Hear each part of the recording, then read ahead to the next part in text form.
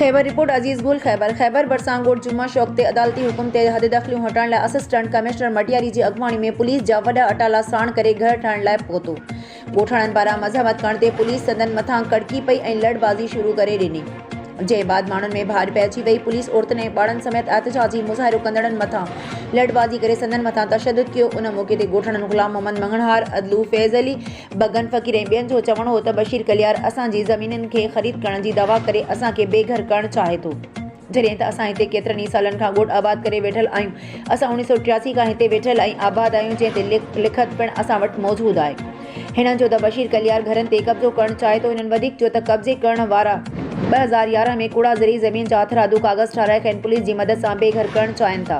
मोहम्मद सालिम अला पारां कयल प्लाटिंग दौरान किस्तुनि में प्लाट वठंदे घर ठारायासीं। हिन ॻोठ में मंगणहार, शौक़, बशा बागड़ी ऐं ॿियनि बिरादरियुनि जा माण्हू आबाद आहिनि। हिननि चयो त असां सां इंसाफ़ कयो वञे ऐं तहफ़ुज़ फराहम कयो वञे। ॿिए पासे रेवेन्यू अमलदारनि जो चवणु आहे त सीनियर सिविल जज अदालत जे हुकुम ते कार्रवाई करण लाइ पहुता आहियूं। अॻु बि कार्रवाई लाइ आयासीं त ॻोठाणनि पारां कार्रवाई करण न ॾिनी वई। अदालत ख़ाली करण लाइ हुकुम ॾिनो आहे।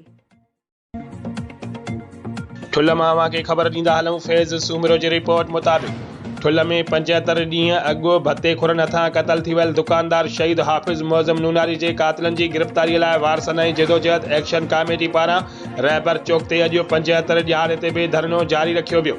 उन मौक़े ते जमाल जोशियो बुरड़ो, मोहम्मद रहीम नूनारी, फैज़ मोहम्मद नूनारी, ग़ुलाम रसूल कुनरानी, मोहम्मद बख्श बिरोही, आसिफ जमाल बुरड़ो, सागर हिदायतुल्लाह नूनारी, ग़ुलाम हुसैन कुनरानी ऐं ॿियनि अॻुवाननि मीडिया सां ॻाल्हाईंदे चयो त हाफ़िज़ मुअज़्ज़म जे क़तल खे 75 ॾींहं थिया आहिनि, लेकिन ठुल्हे पुलिस भोतारनि जी कमदारी कंदे दुकानदार शहीद हाफ़िज़ मुअज़्ज़म नूनारी जा क़ातिल गिरफ़्तार नाहिनि कया। उन्हनि चयो त भत्तो न ॾियण ते भत्ते खुरनि हाफ़िज़ मुअज़्ज़म नूनारीअ खे टारगेट करे पैसा, डिवाइसूं ऐं मोबाइलियूं फुरकरे सिधियूं गोलियूं हणी बेतरतीअ सां क़तल करे छॾियो। उन्हनि चयो त पुलिस अञा ताईं शहीद मुअज़्ज़म जे क़ातिलनि खे गिरफ़्तार न करे सघी आहे। होॾां क़ातिल ऐं उन्हनि जा सहूलियतकार ख़राब नतीजा भोगण जूं धमकियूं ॾेई रहिया आहिनि। उन्हनि चयो त धमकियुनि खां डिॼण वारा न आहियूं।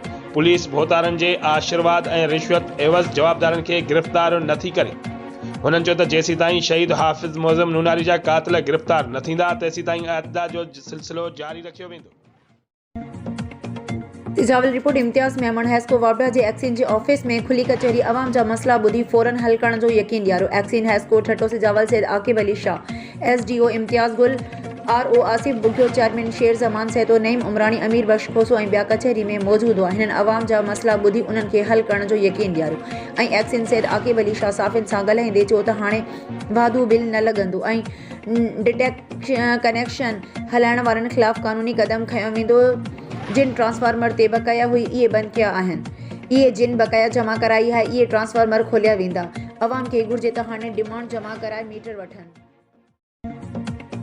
Sakrand peoples university of medical sciences Shaheed Benazirabad में vice chancellor doctor Gulshan Memon जी मेज़बानी में बल्कि सुल्ताना इंस्टीट्यूट पारां यूनिवर्सिटी जे न्यू कैंपस में थैलेसीमिया जे ॿारनि लाइ ब्लड डोनेशन कैंप ऐं थैलेसीमिया बीमारी बाबति आगाही सेमिनार मुनक़द कयो वियो। सेमिनार में समें शागिर्दियाणियूं शरीक थियूं। जिन आगाही सेमिनार बाद रत जो अतियो पिणु ॾिनो। उन मौक़े ते थैलेसीमिया पेशेंट्स वेलफेयर सोसाइटी जे सेक्रेटरी डॉक्टर मोहम्मद सादिक सियाल सेमिनार खे ख़िताब कंदे चयो त थैलेसीमिया हिकु मोर्ज़ी मर्ज़ आहे जंहिंखां बचण जो वाहिद हल निकाह खां अॻु थैलेसीमिया जी टेस्ट कराइण आहे। हिन चयो त हिते मौजूदु समें शागिर्दियाणियूं पाण बि उन ते अमल कनि ऐं पंहिंजनि माइटनि समेत वास्तेदार सभिनी अज़ीज़नि ऐं दोस्तनि खे निकाह खां अॻु टेस्ट कराइण जो पाबंद कनि। हिन चयो त थैलेसीमिया जा 2 क़िस्म आहिनि, हिकु माइनर ॿियो मेजर। जॾहिं माइनर छोकिरो ऐं माइनर छोकिरी पाण में शादी कंदा त पैदा थींदड़ औलाद मेजर थियण जा कवी इम्कान आहिनि, जंहिं सबबु पूरी उमिरि परेशानी खे मुंहुं ॾियणो पवंदो। उन मौक़े ते मिस रुबीना ख़ासि के लिए मिस सीमा लग़ारी, प्रोफेसर अरसलान, प्रोफेसर पीर बख्श पिणु रत जो अतियो ॾिनो।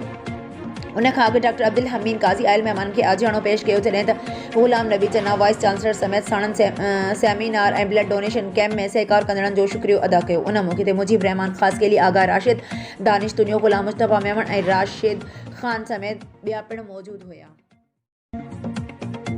झरक रिपोर्ट लखा ॾिनो झरकाई सियासी समाजी ऐं तनवार फाउंडेशन जे अॻुवाणनि गुल हसन बहिराणी, अकबर बबर साबू ख़ासि करे ऐं ॿियनि सक़ाफ़ती जे ॾिहाड़े ते सभिनी सिंधियुनि भाइरनि खे सक़ाफ़ती ईद जूं मुबारकूं ॾियण सां गॾोगॾु चयो त ख़ुदा रा तालीम लाइ बि कुझु सोचियो। असांजा बचा अणपढ़ियल रही कीअं मुआशरे जो मुक़ाबिलो कंदा। असांखे शौर आणण लाइ बेमहिनत जी ज़रूरत आहे। छोकिरनि खे तालीम ॾियण सां गॾोगॾु असांखे नियाणियुनि खे बि पढ़ाइणु खपे। छोकिरियुनि जे लाइ हर ॻोठ में स्कूल बि हुअणु खपे। ॻोठनि जे स्कूलनि जी मालिकी करणु खपे। जेके स्कूल नथा हलनि, मास्तर नथा अचनि, उन्हनि लाइ आवाज़ उथारियो। स्कूलनि में फर्नीचर जी खोट या बिल्डिंग के रिपेयर जी ज़रूरत आहे उन्हीअ लाइ ऐलान आला अख़्तियारनि खां घुर करियो जिते स्कूल हलनि था उन्हनि मास्तरनि जी हौसला अफ़ज़ाई करियो। हिननि वटि वञो, पंहिंजनि बचड़नि जी हाज़िरी चेक करियो ऐं जेकी ॿार ग़रीब मिसकिन आहिनि जंहिं वटि न किताब आहिनि न पाइण लाइ कपिड़ा या जूता आहिनि उन्हनि खे उहो सभु कुझु वठी ॾियो। असां ते फ़र्ज़ु आहे पंहिंजनि इलाइक़े जे मालिकी करियो छो त असांजी सिंध मोहबत प्यार एहसास ऐं अमन जो नालो आहे। जी सिंध। रिपोर्टर अमजद अली भट्टी पाकिस्तान मुस्लिम लीग फंक्शनल जे मरकज़ी अॻवान ऐं साबिक़ सूबाई वर्किंग कमेटी जे मेंबर ऐं हुर जमात जे साबिक़ सूबाई सलाहकार मरहूम फ़कीर बाबर लगारी जी घरवारी एडवोकेट ग़ज़ाला बाबर लगारी हुर जी अॻवानी में सिंध कल्चर डे जे हवाले सां भरपूर रैली कढी वई जंहिंमें मेयर अब्दुल रऊफ़ गोरी मीरपुर ख़ास लेबर विंग डिवीज़न मीरपुर ख़ास फंक्शनल मुस्लिम लीग जो सदर फ़कीर अब्दुल्ला भमरो फ़कीर अब्दुल मजीद राजड़ हाजी अब्दुल सत्तार जोड़े जो फ़कीर ईसा राजड़ रसूल बख्श कीरियो अब्दुल हकीम राजड़ यामीन मक्सी ग्लोमल भील एडवोकेट एनी यूसुफ लगारी ऐं ॿियनि लेबर विंग जे उहिदेदारनि पाकिस्तान फंक्शनल मुस्लिम लीग जे वर्करनि सियासी समाजी अॻवाननि दोस्तनि भरपूर शिरकत कई जेका मुख़्तलिफ़ जायुनि खां थींदी प्रेस क्लब मीरपुर ख़ासि पहुती जिते अॻवाननि ख़िताब कया ऐं सिंध अमड़ जा नारा लॻाया विया। सिंध जीए सिंध वारा जीअनि जीए भेॼ पागारा जा नारा लॻाया विया। पाकिस्तान ज़िंदाबाद पाक फ़ौज ज़िंदाबाद जा नारा लॻाया विया।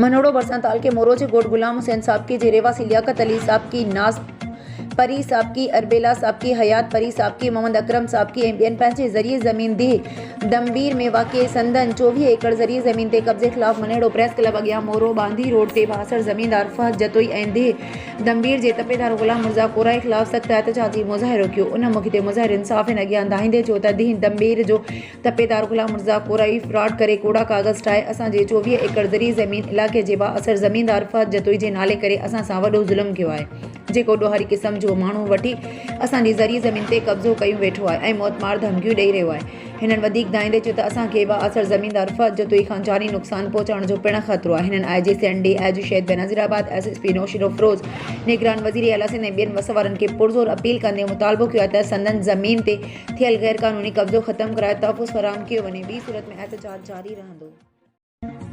झरक रिपोर्ट लखा ॾिनो झरकाई तारीख़ी शेर झरक में सकाफ़ती ॾियारो वॾे धामधूम सां मल्हायो वियो जंहिं जी अॻवानी झरक जे नौजवाननि कामरेड अमजद शोरो हैदर अली भड्डे ग़ुलाम मुस्तफ़ा मला फराज़ मेमण शिराज भट्टी ज़हीर झरको इरशाद मला फैसल मेमण काशिफ मेमण अब्दुल रऊफ़ समो अरसलान भट्टी नवीद सोलंगी वहीद सोलंगी जावेद उमरानी ऐं ॿियनि कई। प्रोग्राम में मच कचहरी महफ़िल मौसीक़ी सां सिंधियुनि गीतनि ते रक़्स करे महफ़िल खे मचाए छॾियो।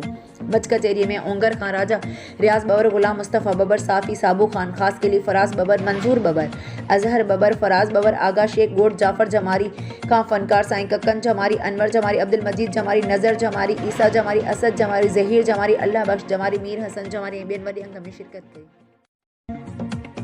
रिपोर्ट रियाज़ अली मीरानी शिकारपुर लेगदर घंटाघर अॻियां ट्रैफिक जाम शिकारपुर में ट्रैफिक सार्जन न हुजे करे रोज़ानी जी बुनियाद ते ट्रैफिक जाम हर हंधि इंक्रोचमेंट वधी वञण जे करे अवाम खे तकलीफ़ जो मुंहुं ॾिसणो पवे थो। सॼो शहर इंक्रोचमेंट लेगदर खां वठी जमानी हाल जहाज चौक खां पोइ हाई स्कूल नंबर 1 अॻियां खां वठी रुस्तम चौक इंक्रोचमेंट वारा मंथली मुक़ररु करे छॾी आहे। रोज़ानो 20,000 खां मथे मंथली उगाड़े रहिया आहिनि। ऑफिसरनि जी बेघी मतल कोई कानून जी रट खे क़बूल करण लाइ तयारी न आहे। सरियाम जुआ मंशियात आकड़ा पर्ची बुकी बेनज़ीर कम सपोर्ट जे 8,500 क़िस्त मां डिवाइस माफ़िया 1,500 खां 2,000 कटण लॻा। इंतज़ामिया ख़ामोश सभिनी ऑफिसरनि खे रिश्वत जा पैसा मां हिसो मिली रहियो आहे। SP Shikarpur SSP Shikarpur DC Shikarpur municipal committee जो चेयरमैन ऐं जज साहब नोटिस वठी कार्रवाई करे औरतुनि ऐं मर्दनि खे तकलीफ़ खां बचायो वञे।